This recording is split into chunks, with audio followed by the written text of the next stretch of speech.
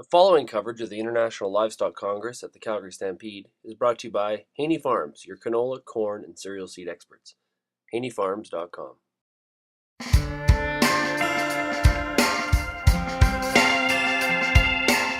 What do you think about the prospects for things like nutraceuticals? That's something that we hear lots about. Like, does that have a place in this whole food? At the present time, we recognize that there are certain molecules whose abundance in the diet, even though they're not essential nutrients, can provide a benefit.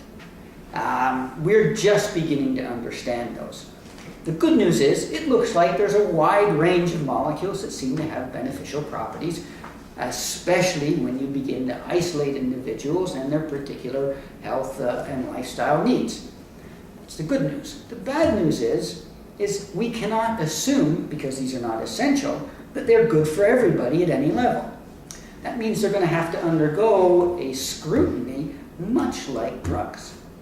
We're going to have to know that, in fact, not only are they safe in the short term, but that if you eat them every day or several times a week for prolonged periods, they don't have any deleterious consequences.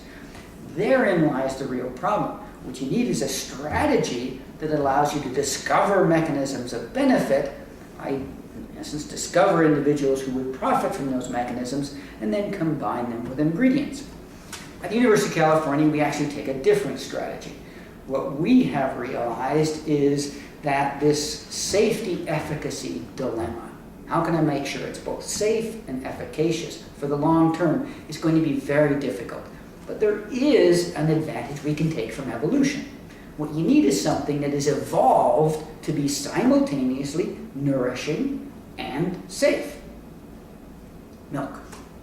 If you look at human breast milk, it evolved over the millennia to be nourishing to the infant. It's the complete diet. And it's a spectacular gold mine of molecules that, when ingested, have unusual benefits. And so the beneficial safety dilemma has been solved by evolution for milks for different species. And so we're learning how to nourish people based on those principles.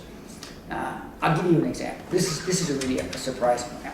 Here's the model. You've got a mother who's literally dissolving her tissues to make milk. Whatever is in milk is costing her. So if it doesn't profit the infant, it'll be lost to evolution. But if in milk, it improves the genetic success of her offspring, it's more likely to survive, then this is a spectacular benefit.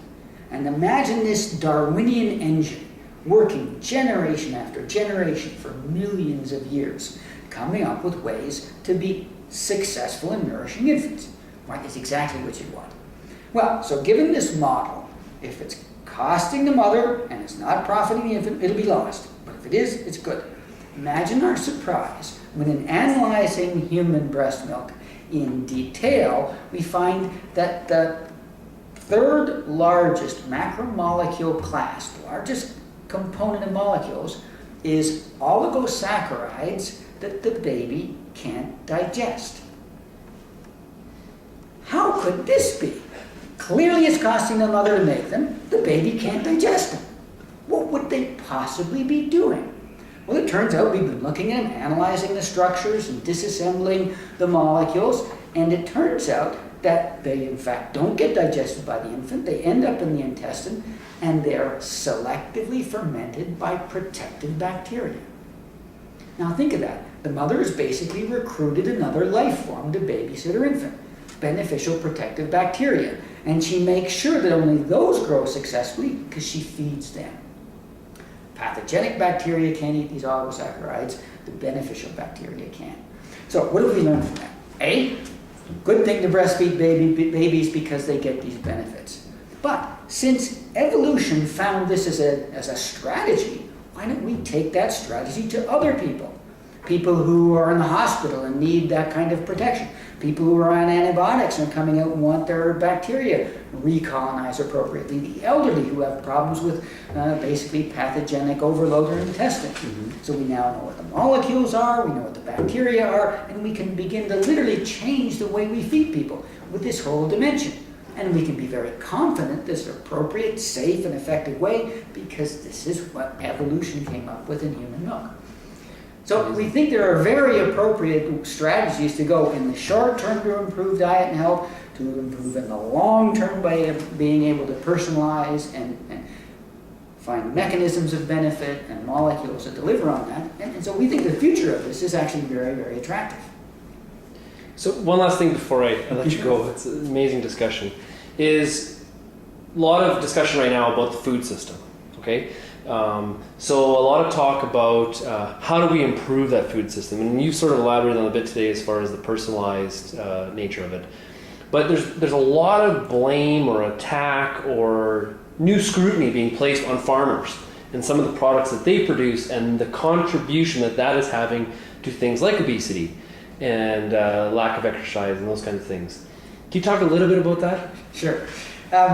Actually, if you'd have gone to the Minister of Health 100 years ago and said that the biggest problem that the population would face would be obesity, he would have been ecstatic. Imagine an agricultural system that can not only feed 6 billion people, but feed them so well that a lot of them are actually getting overweight. So it's hard to imagine that given this success and that we're having this problem with imbalanced diets, that we say the agricultural production system is the problem. That's absurd. The success of agriculture in being able to feed 6 billion people on the planet so well, they clearly are very successful. We haven't managed successfully to match humans and their genetic diversity and their lifestyle diversity to appropriately choices of foods. That's not a problem you should visit upon agriculture that's been so successful. In fact, I would be very worried if I went after agriculture as the first way to manage increase in overweight, because I could destroy a system that is successfully feeding 6 billion people.